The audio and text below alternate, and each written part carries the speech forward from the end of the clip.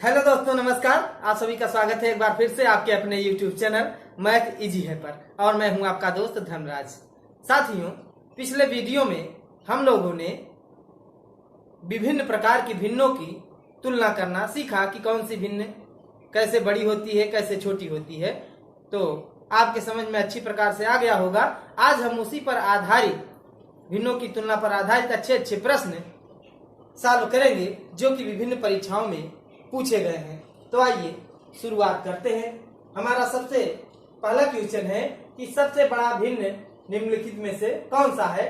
तो साथियों, आप देख रहे हैं 6/7, 4/5, 5/6, 7/8। अब इसमें से हमें बताना है कि सबसे बड़ा भिन्न कौन सा है।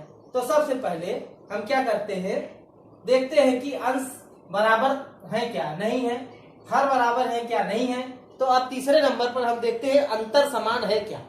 तो अंतर देखते हैं, 6 और 7 में 1 का अंतर, 4 और 5 में भी 1 का अंतर, 5, 6 में 1 का अंतर और 7 और 8 में 1 का अंतर। जब अंतर समान हो और भिन्न कैसी है, उचित है कि विषम है। उचित भिन्न तब कहते हैं जब अंश छोटा होना चाहिए और हर बड़ा होना चाहिए।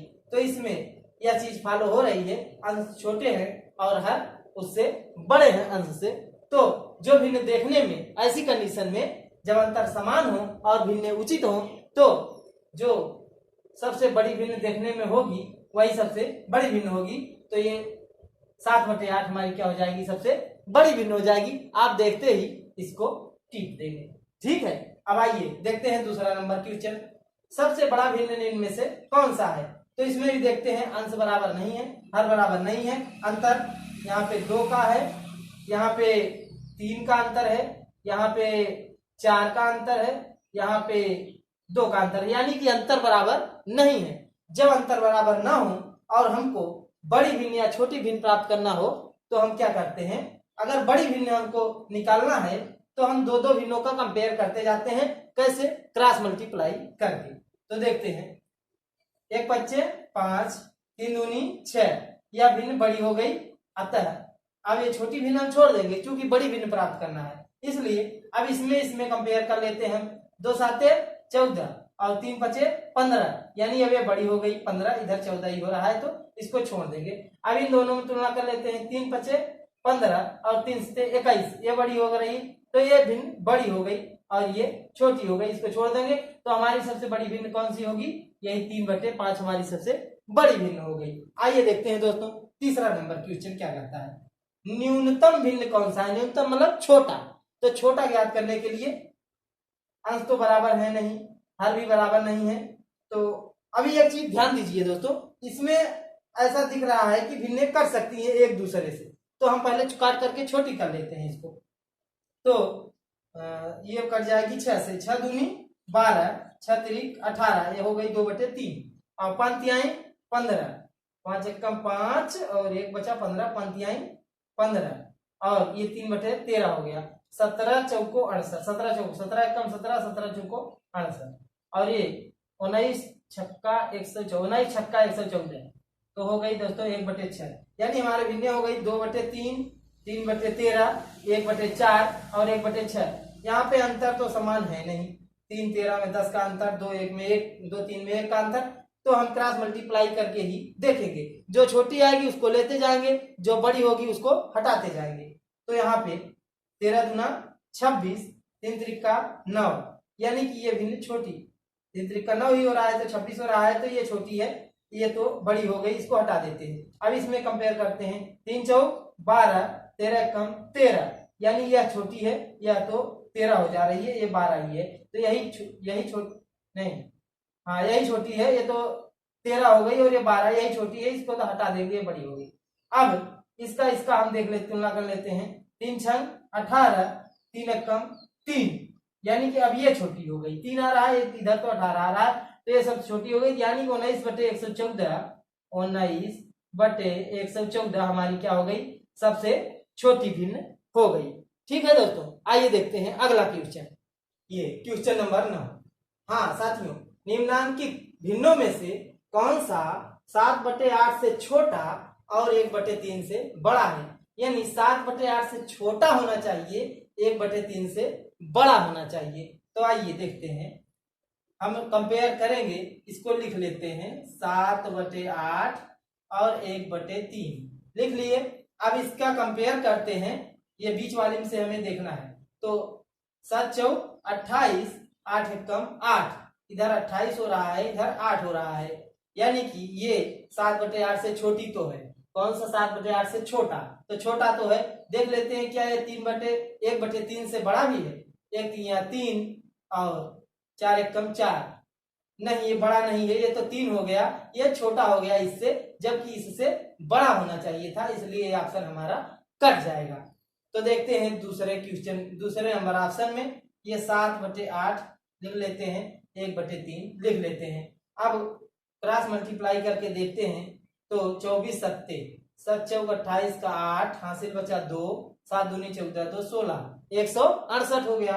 अब इधर मल्टीप्लाई करते हैं, 8 त्रिक 24 का 4, हासिल बचा 2, 8 दूनी 16 2 18, 184, यानी ये 184, 8 त्रिक 24 का 4, हासिल बचा 2, 8 दूनी 16 2 18, ये बड़ा हो गया, लेकिन 7/8 से छोटा होना चाहिए था इसको, तो बड़ा हो गया, तो ये ऑप्शन तो कट गया, क्योंकि ये इसको छोटा होना चाहिए प्रश्न के अनुसार, 7/8 से छोटा होना चाहिए ना, तो ये भी ऑप्शन कट गया। अब इसमें देख लेते हैं, 7/8 है और ये 1/3 है, तो करके देखते हैं।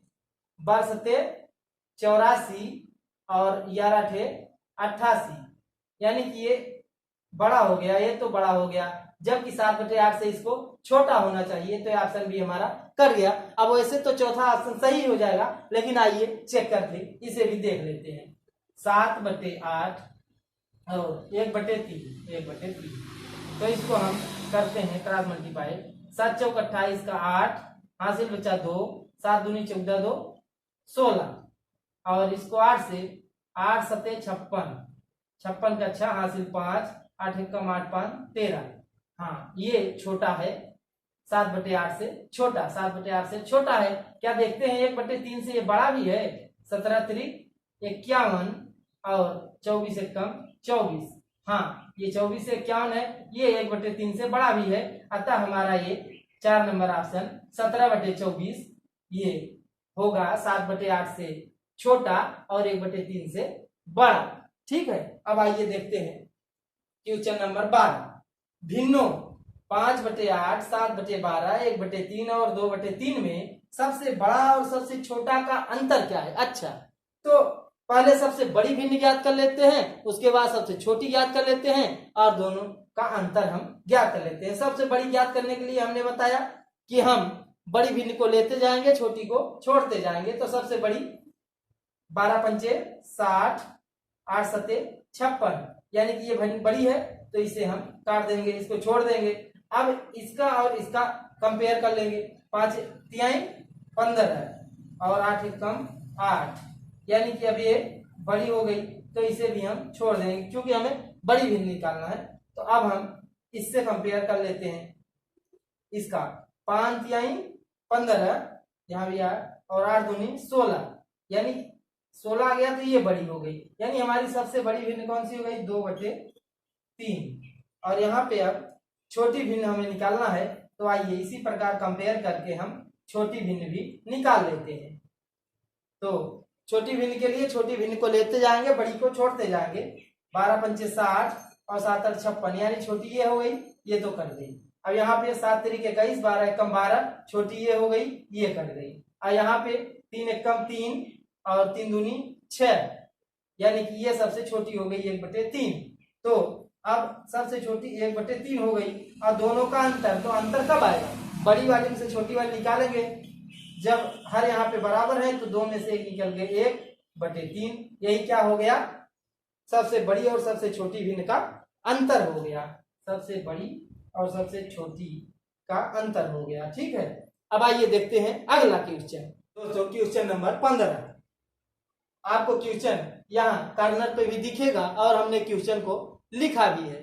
ठीक है, निम्न में से किसमें भिन्न आरोही क्रम में है? आरोही मतलब बढ़ते हुए क्रम में। तो आइए देखते हैं, ये 8 और 9 एक का अंतर है, 4 और 5 एक का अंतर है, 6 और 7 1 का अंतर है। अब तो दोस्तों आप टीपी देंगे तुरंत, क्योंकि जब ये भिन्ने भी उचित भिन्ने हैं तो जब से बड़ी दिखाई दे रही होगी वह बड़ी होगी, जो सबसे छोटी दिख रही होगी वो छोटी होगी।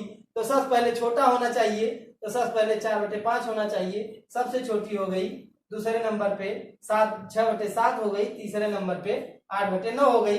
अतः सबसे छोटी उससे बड़ी यही हो गया हमारा आरोही क्रम। तो ये हमारा आंसर सही हो गया 3 नंबर। उसके बाद अब क्वेश्चन नंबर 21 में देखते हैं साथियों कि निम्न में से कौन से भिन्न घटते हुए क्रम में है। घटते हुए मतलब आरोही क्रम में। तो यहाँ पे देखते हैं अंश भी समान नहीं है, हर भी समान नहीं है, तो इनका अंतर डिफरेंस कितने कितने का है। इसमें 2 का अंतर है, 3 2 5, इसमें भी 2 का अंतर है और इसमें 6 और 7 1 का अंतर है, यानी कि अंतर बराबर नहीं है। तो ऐसी कंडीशन में हम देखेंगे अब कंपेयर करके दो भिन्नों का कौन सी बड़ी है और कौन सी छोटी है। तो 9 त्रिक 27 और 5 सत्ते 35, यानी कि अभी सबसे छोटी इन दोनों में छोटी या भिन्न है और ये बड़ी है। अब इसमें देख लेते हैं, अब इसमें देख लेते हैं 3 सत्ते 21 और 5 छंग 30, 5 छंग 30, यानी अभी भी यह छोटी है, तो सबसे छोटी भिन्न यही हो गई हमारी। अब देखते हैं सबसे बड़ी कौन सी होती है। सबसे छोटी हमने पता कर लिया 3/5। तब इन्हीं दोनों में देखना है, जो बड़ी होगी वही सबसे बड़ी होगी। तो 7 सत्ते 49 और 9 छक 54, यानी ये भिन्न सबसे बड़ी हो गई। तो दोस्तों हमारा यही आंसर हो गया सीधा सीधा, क्योंकि जब ये सबसे छोटी नहीं घटते हुए क्रम में लिखना है तो सबसे बड़ी पहले होनी चाहिए। तो 6/7 पहले होना चाहिए, बीच में 7/9 होना चाहिए।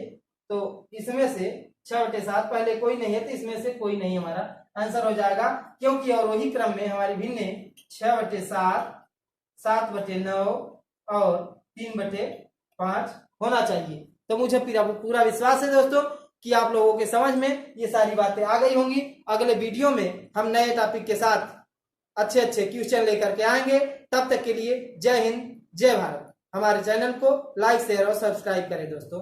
धन्यवाद।